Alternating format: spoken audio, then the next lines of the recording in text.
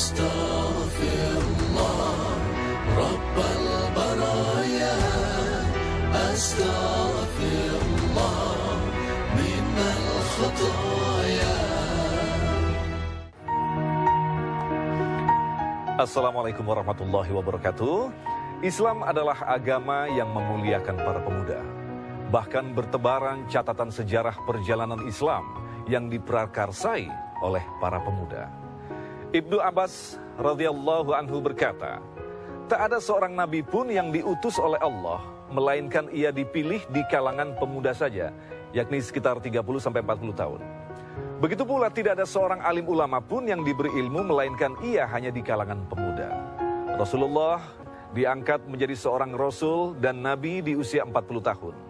Orang-orang yang termasuk as-sabiqunal awwalun, itu orang-orang yang pertama kali beriman kepada Rasulullah sallallahu alaihi wasallam adalah para pemuda.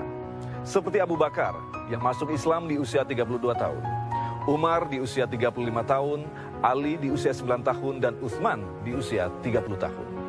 Jelas sudah, betapa usia pemuda adalah usia yang matang untuk menerjemahkan kehendak Allah. Usia yang siap secara sadar melaksanakan kehendak Allah. Lantas, pemuda seperti apakah yang mendapatkan posisi yang mulia di sisi Allah?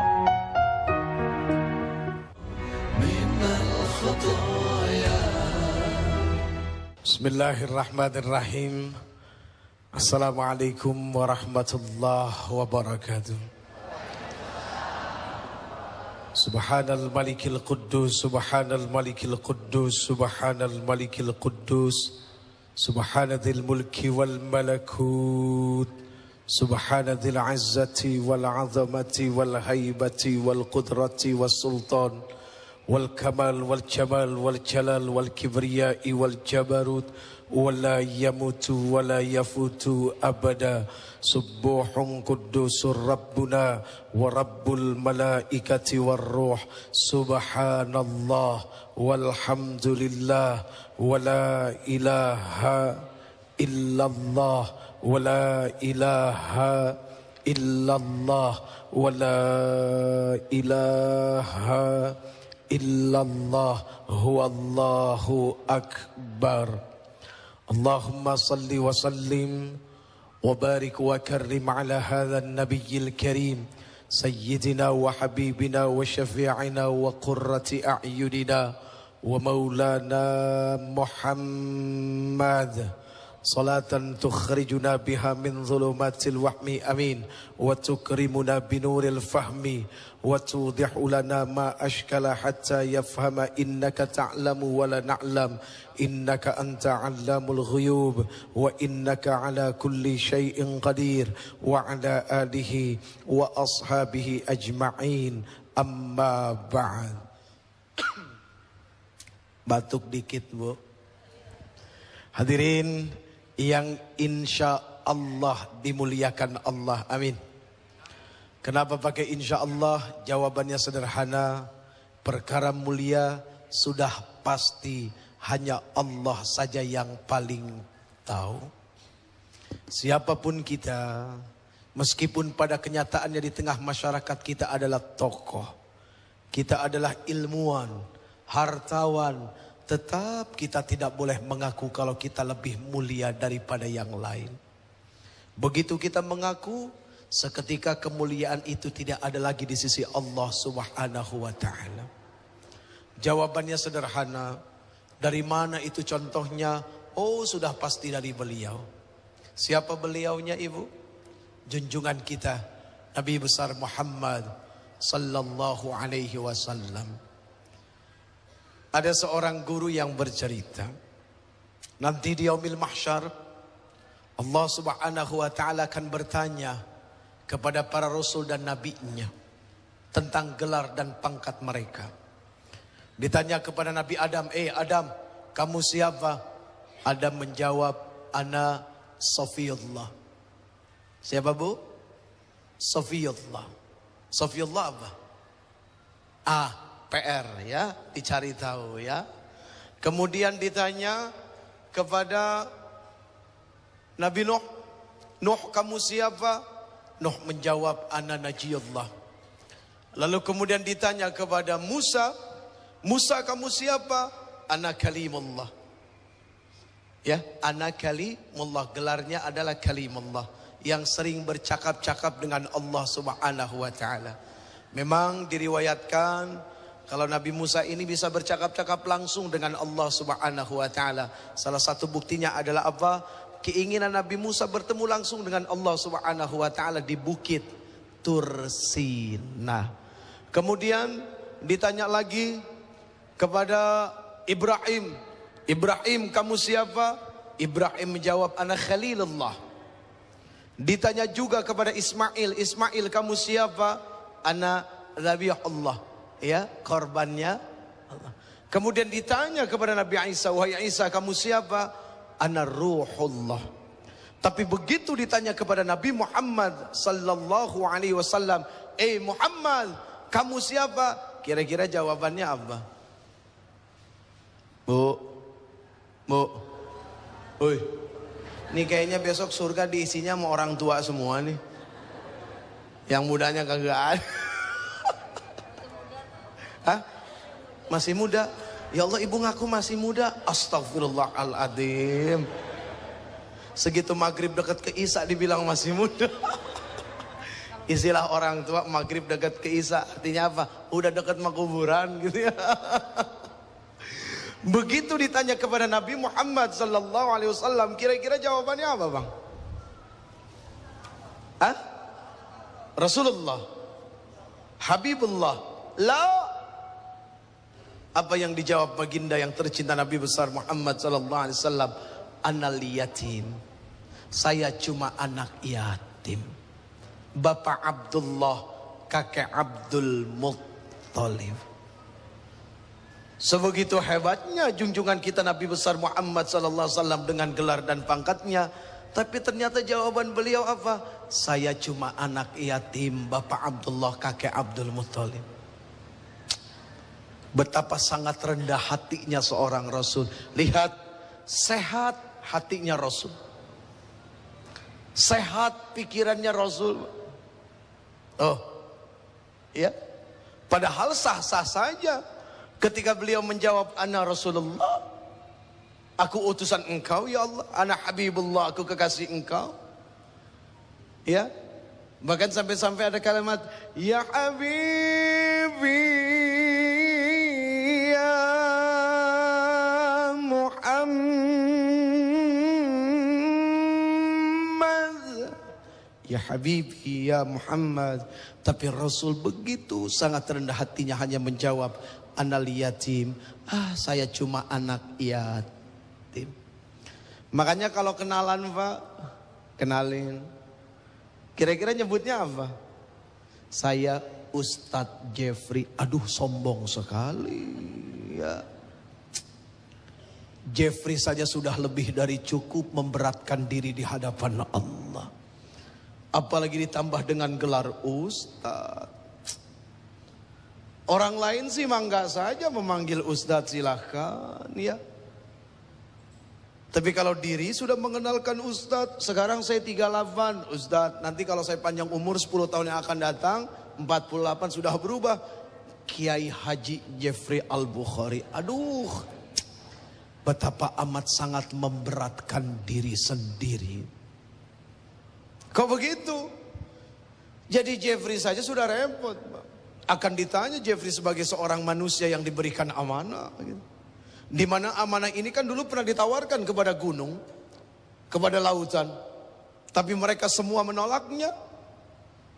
Tapi kemudian yang namanya manusia menerimanya, padahal mereka apa? Kal an'am, seperti hewan, seperti binatang, bakum adal. Akan tetapi lebih sesat lagi daripada itu.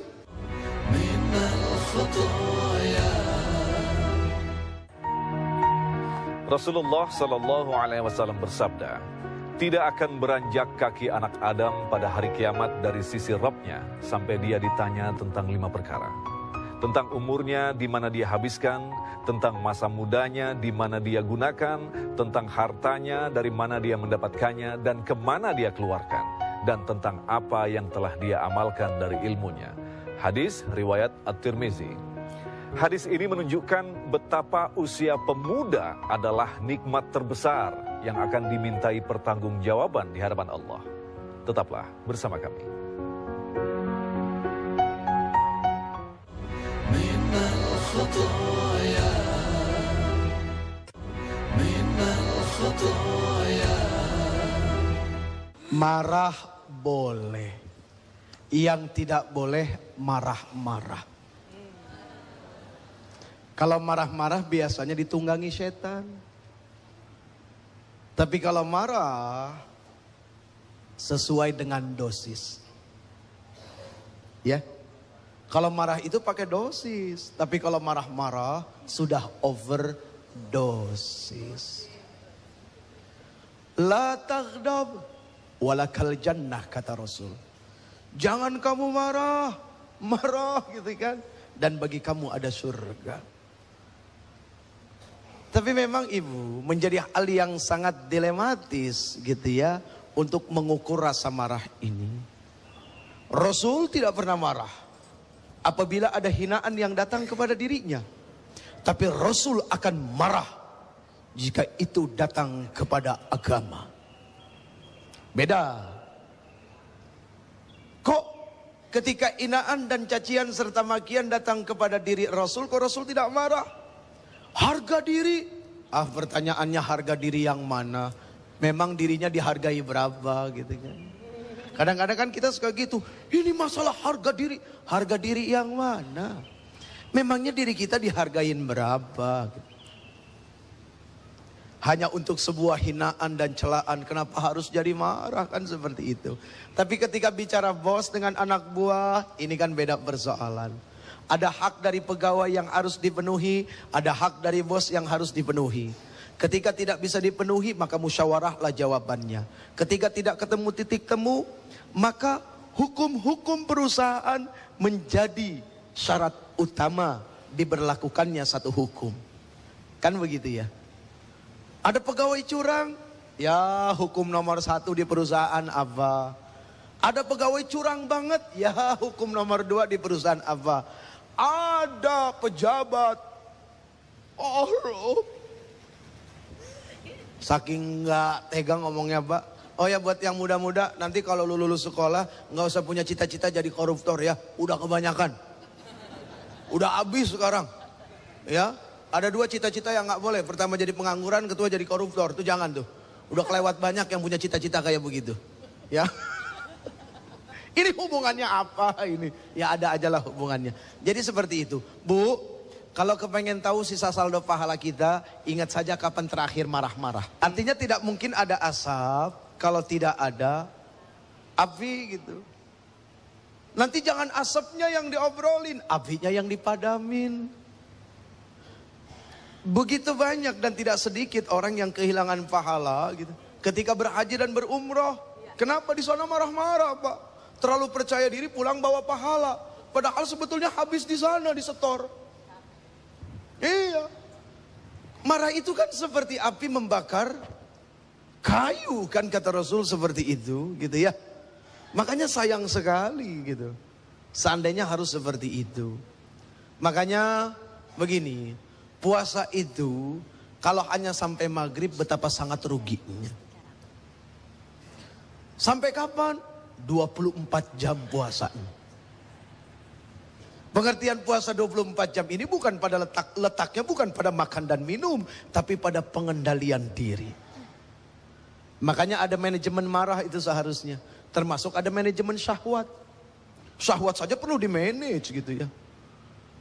Apakah nafsu harus dihilangkan? Tidak akan pernah bisa. Nafsu harus dikasih koma, sama seperti jasad ketika koma. Ketika jasad koma kita tidak mampu berbuat apa-apa. Oh, nafsu juga mesti dikasih koma supaya tidak mampu berbuat apa-apa. Kalau jasad dikasih titik, mati itu namanya. Nafsu dikasih titik, itu malaikat. Karena malaikat tak ada nafsu. Makanya ketika malaikat disuruh sujud, sujud nggak bangun-bangun. Oh udah begini-gini saya nengok sana jadi nggak kelihatan. Jadi begitu Bunda, ya. Jadi marah boleh, yang tidak boleh marah-marah. Kalaupun marah di sini adalah marah pada haknya dan sesuai dengan dosisnya. Tapi tetap di bulan puasa ini mengendalikan itu semua adalah jauh lebih baik. Minal khotoya, minal khotoya. Baik, pemirsa yang lagi pada makan. Silakan, nggak usah malu-malu Pak. Terus, silakan. Ya kapan gua makannya kalau begitu? Nasib. Tuh kan, ketawanya juga pada bingung. Habis gimana di mulutnya banyak makanan. Ada begitu senyum. Dok sehat, apa kabar? Nggak makan? Sudah makan? Loh memang sahurnya jam berapa? Pakai mic. Oh barusan. Ngomong-ngomong soal sahur, memang sahur itu dianjurkan dan disunnahkan diakhirkan. Itu bedanya sahur. Kalau buka, disegerakan.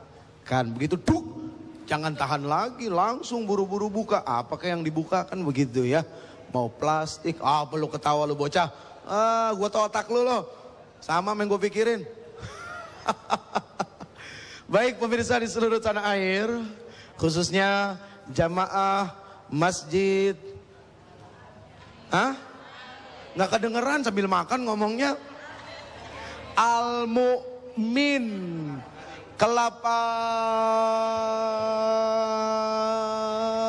Gading. Ini ngomong-ngomong Al-Mu'min. Mu'min itu artinya apa sih? Salah emang kalau nanya orang makan maka bakal dijawab. Saya jadi teringat tuh. Ada satu surat di dalam Quran Al-Mu'minun. Ya. Surat Al-Mu'minun itu adalah merupakan gambaran dari sebuah sumber atau simbol kesehatan orang-orang yang beriman kepada Allah. Ya. Bagaimana bunyi suratnya? Bismillahirrahmanirrahim. Allah, kagak ada yang nyaut. Ini ngomong-ngomong makannya pakai apa Pak? Makannya pakai apa sih? Ayam bakar. Oh ayam bakar. Oh kemarin ada rumah kebakaran. Bismillahirrahmanirrahim.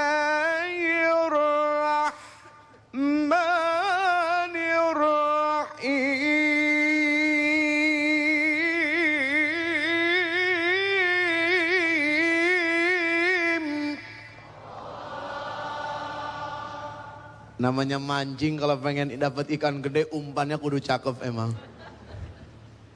Bismillahirrahmanirrahim. Qad aflahal mu'minun. Sungguh beruntung mereka orang-orang yang ada dalam masjid Al-Mu'min. Oh bukan begitu, salah. Sungguh beruntung mereka orang-orang yang punya keyakinan, yang percaya, yang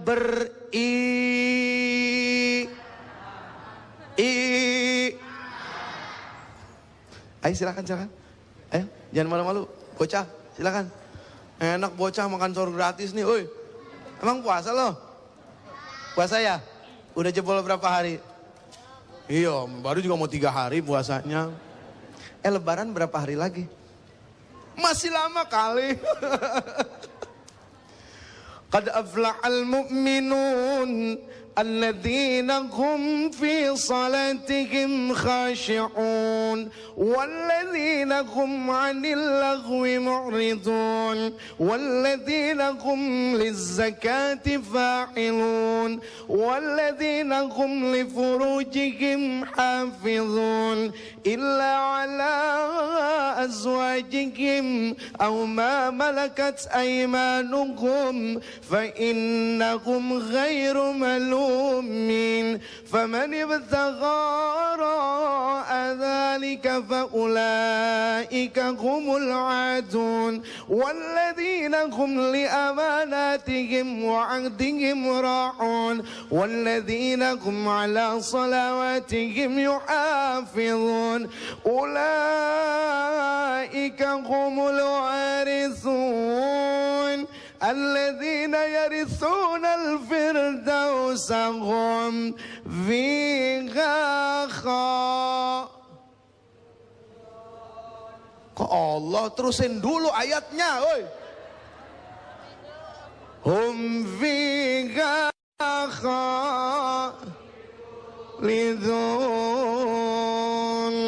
Allahu Akbar. Kayak di mana, Bu?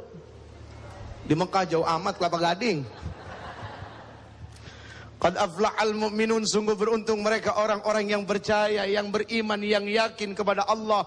Bukti dari keimanan dan keyakinannya adalah apa? Dia menegakkan sholat. Sholat itu sumber kesehatan. Ya, sholat itu sumber kesehatan. Yang tidak sholat sumber kesetanan. Jadi ada dua, kesehatan dengan kesetanan. Yang sholat sehat, yang tidak sholat setan. Jangan suka ngatain diri sendiri. Ya kan, kalau nengok ke diri gitu ya. Kadang-kadang ingat masa-masa di mana jahiliyah dengan kebodohan ya, kebodohan akal gitu kan. Lalu nafsu mengendalikan diri ini gitu. Muncullah sifat kesetanan itu di dalam diri. Nah, sholat itu ternyata sumber dari kesehatan. Jangan dianggap enteng loh. Setiap rakaat dan setiap gerakan-gerakan itu Masya Allah. Aduh, betapa sangat sederhananya sebuah gerakan sholat, tapi mengandung makna yang sangat luar biasa. Ibu, kalau ada orang bikin koreografer tarian, pasti ribet gayanya. Gini-gini lah, ribet kan? Tapi kalau sholat dengan sederhana hanya begini. Ya Allah, sederhana banget coba. Nggak kebayang kalau Guru Soekarno Putra suruh bikin gerakan sholat gimana caranya. Begitu. Atau Acan misalnya ya. Tahu Acan kan, masih kenal sama Acan kan? Iya. Tahu ya, zaman dulu ya. Iya. Atau koreografer siapa lah gitu. Suruh ciptakan gerakan sholat. Pasti ribet, Bu. Ya, apalagi anak hip hop. Oh, lebih ribet lagi nanti bikin gerakan sholatnya gitu. Ini hanya dengan ya Allah yang sangat sederhana, tapi mampu menghasilkan kesehatan yang dahsyat. Itu baru dari sholat. Belum kalau yang sholat itu mengeluarkan zakat, apa tidak lebih sehat lagi? Karena zakat itu kan kotoran. Sedekah itu kan kotoran. Kotoran apa? Kotoran dari harta. Begini aja deh. Kenapa di masjid dibikin, apa itu namanya? Lubang angin. Jendela sebegitu gede-gedenya, tujuannya apa? Supaya udara di ruangan ini senantiasa sehat. Menjadi sebuah sirkulasi. Udara lama keluar, udara baru masuk. Sehatlah kita. Mau makan, ke WC dulu. Buang yang lama, baru masukin yang baru. Kebayang kalau ini dipampet sama Allah. Apa yang terjadi, Pak? Itu makanan puluhan tahun kagak keluar-keluar. minal khotoya, minal khotoya. Yang namanya sehat itu tanpa penyakit. Tidak ada keluhan. Itulah sehat. Kita terusin yang tadi, Pak. Ini yang kita cerita ini adalah perkara-perkara tentang sehat jasmani sebetulnya. Nah, ketika seseorang dia menyebut dirinya saja dengan namanya, itu sudah menjadi satu perkara yang berat. Ya. Ditanya kita sebagai seorang manusia, belum lagi jika si Jeffrey itu memiliki istri, ditanya tentang perkara bagaimana dia jadi suami. Belum lagi nanti si Jeffrey itu punya anak, ditanya perkara tentang bagaimana dia menjadi ayah. Belum lagi kalau dia punya tetangga akan ditanya bagaimana cara dia bertetangga. Belum lagi kalau dia dapat gelar di kantornya, kedudukan sebagai apa. Belum lagi kalau dia dapat gelar di kepemerintahan. Apakah tidak berat gitu ya? Aduh, sangat berat luar biasa. Makanya Rasul sallallahu alaihi wasallam gitu ya. Kenapa beliau begitu sangat rendah hatinya bicara saya cuma anak yatim, untuk menghilangkan tuntutan yang berat di hadapan Allah Subhanahu wa taala. Maaf hadirin, jika kita datang di yaumil mahsyar sebagai hamba Allah yang ingin dihitung amal, rasanya kita bakal rusak semua amal kita. Sekarang punten, ya, tolong dijawab kira-kira amal mana yang baik yang sudah kita lakukan di hadapan Allah Subhanahu wa taala. Nggak usah bicara sholatnya, bicara toharohnya saja, wudunya masih nggak pada benar. Ini nggak pada benarnya ke diri saya maksudnya ya Pak ya. Gitu. Hey Jeffrey, kadang-kadang seringnya kayak gini ya. Dengar padahal dengar. Gitu. Sering nunjuk orang, lupa nunjuk diri sendiri. Tiap hari nyeramahin orang Pak, lupa nyeramahin diri sendiri. Sampai nggak ada waktu nyeramahin keluarga gitu, karena orang melulu diceramahin. Wudu saja belum benar. Sampai bingung nih wudu sebenarnya hakikatnya apa? Ini air, kenapa Allah Subhanahu wa taala gunakan air untuk berwudu? Kenapa nggak pakai pasir? Kenapa? Kenapa tidak menggunakan kerikil wudu? Kenapa tidak pakai pasir? Kenapa nggak pakai semen? Kenapa kok pakai air? Oh, air itu ternyata punya sifat membersihkan. Dan air selalu mencari tempat yang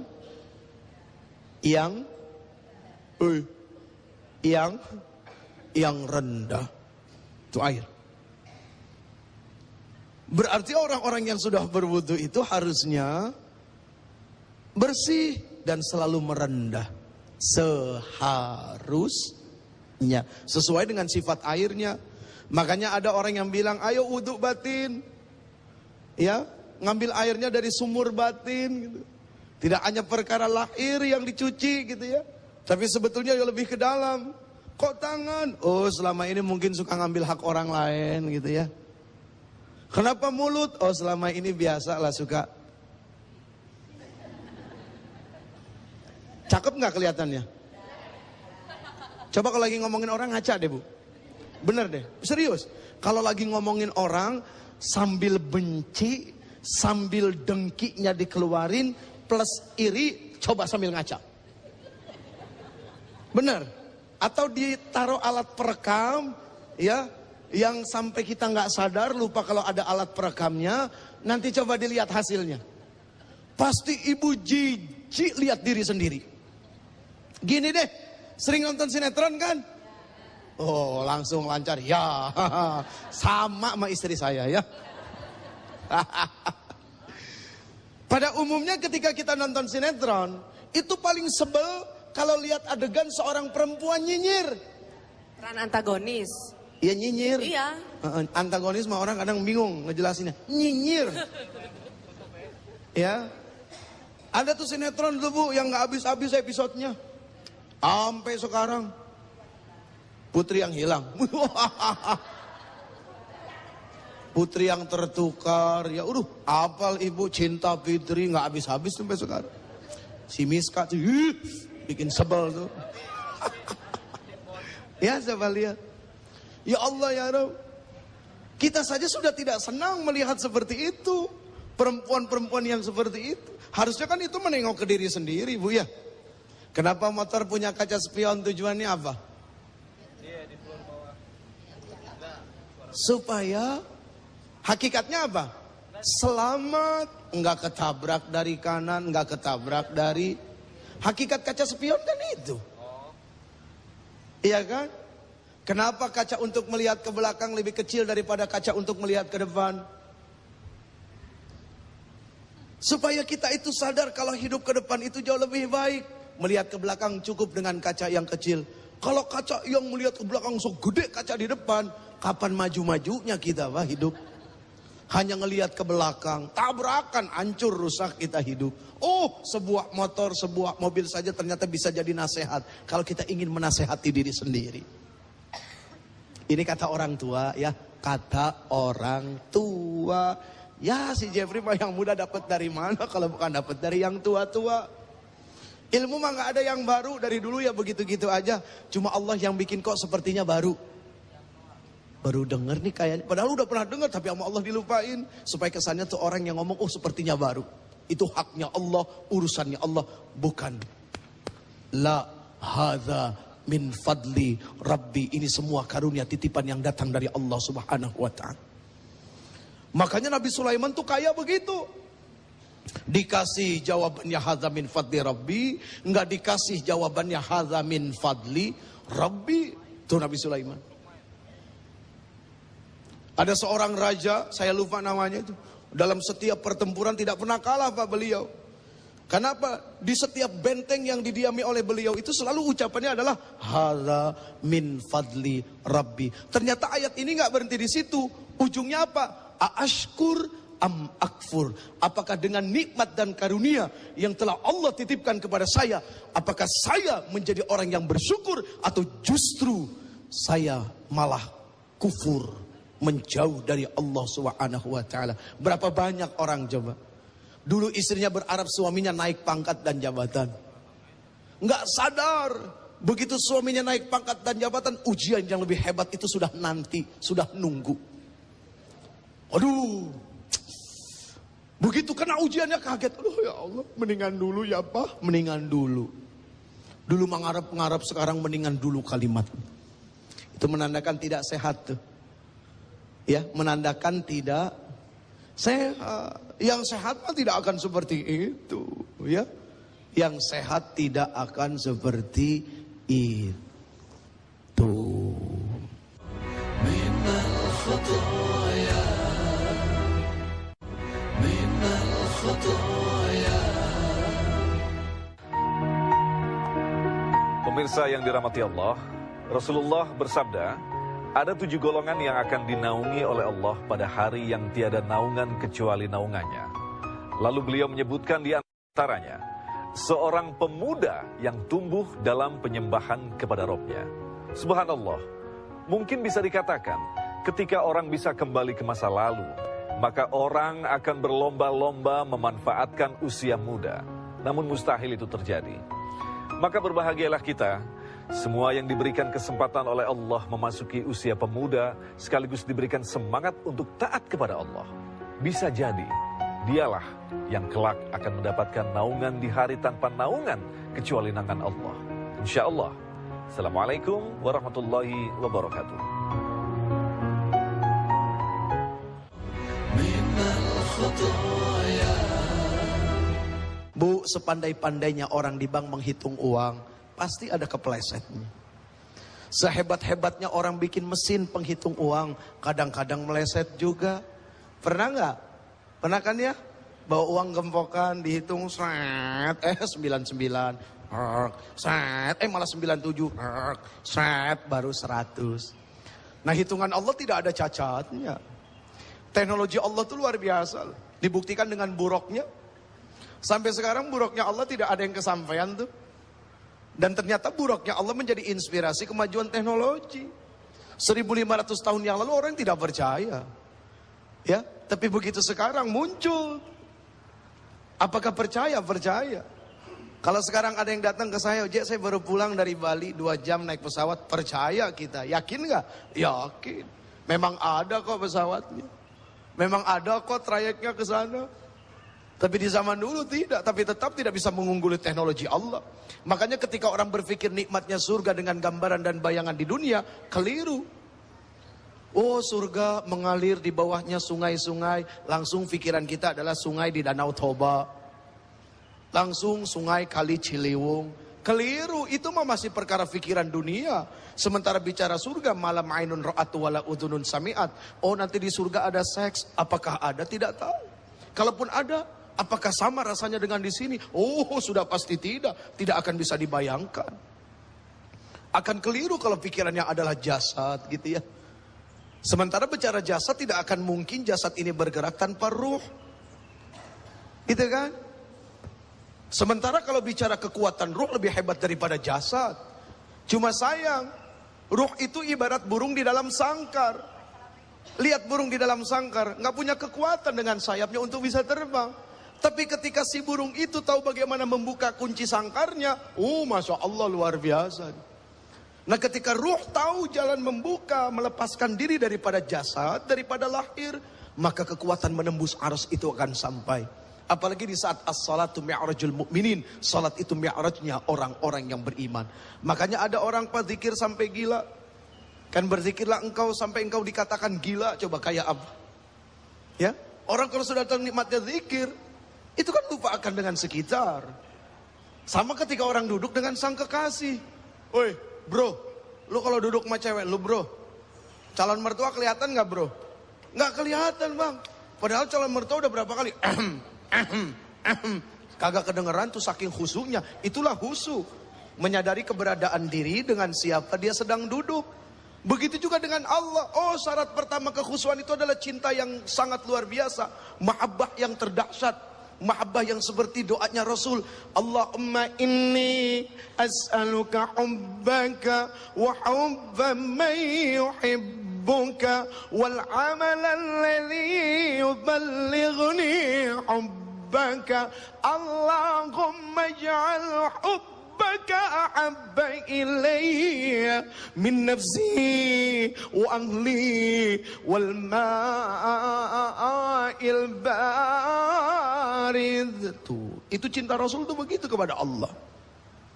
Ya, cinta itu apa sih? Cinta adalah mendahulukan orang yang dicintai. Makanya ketika bicara cinta manusia, ya nggak salah ketika seorang laki-laki harus mendahului si perempuan harus mendahului laki-laki. Tapi cinta hakikat yang sebenarnya adalah kepada Allah. Cinta adalah sebuah ketaatan dalam hukum, ketaatan dalam perintah. Kan begitu. Nah sekarang hubungannya apa?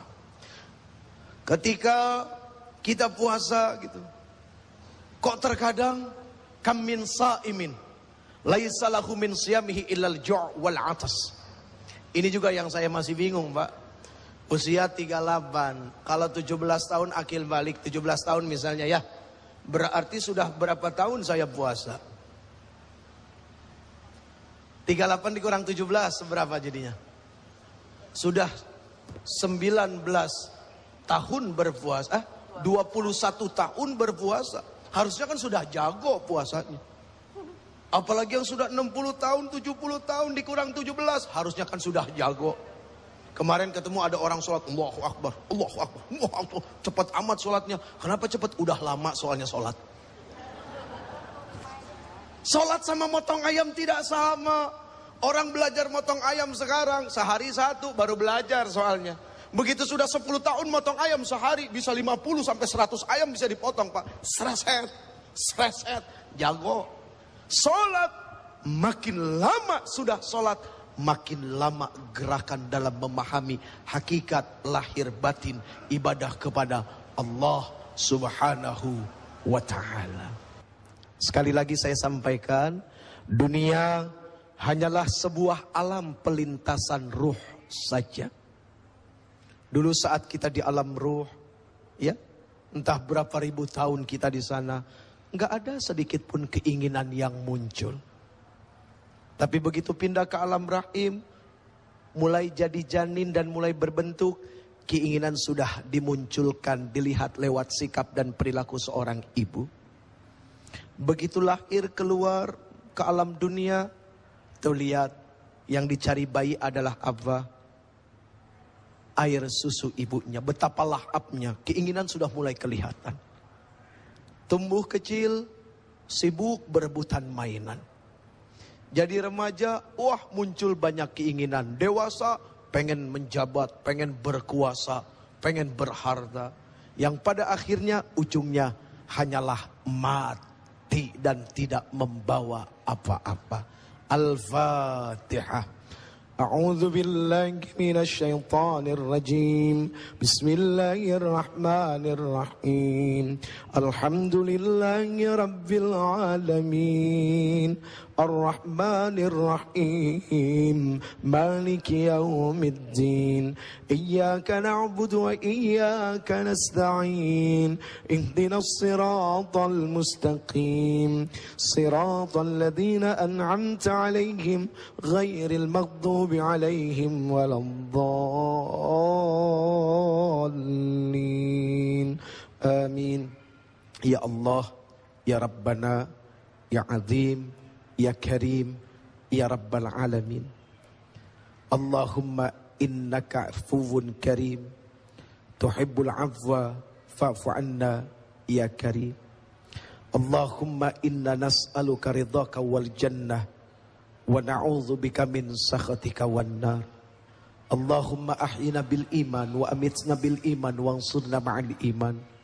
Allahumma ij'al dinana dina nabiyyina Muhammadin sallallahu alaihi wasallam waj'al imanana imanal mu'minin wa islamana islamal muslimin wa salatana salatal khashi'in wa qiyamana qiyamal khaifin wa ruku'ana ruku'al mutawaddi'in wa sujudana sujudal mutadarri'in wa a'malana a'malas salihin wa niyatana niyatal mukhlisin wa dhunubana dhunubal mustaghfirin wa hayatana hayatal ulama wa mautana mautas syuhada wa hsyurna fi zumratil awliya wa adkhilnal jannata ma'al anbiya.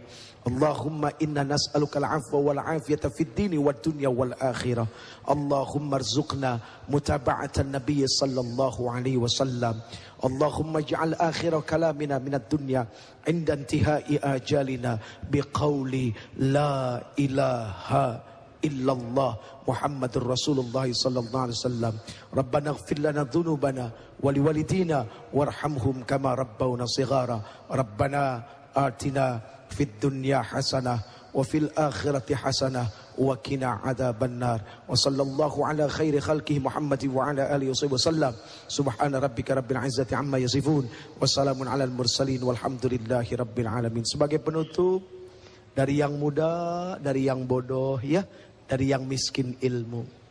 Begitu banyak orang belajar agama, begitu dia mengerti agama, ternyata hanya untuk menyalahkan orang lain, bukan untuk menyalahkan diri sendiri. Mohon maaf lahir batin. Hadza min fadli Rabbi. Assalamualaikum warahmatullahi wabarakatuh. أستغفر الله من الخطايا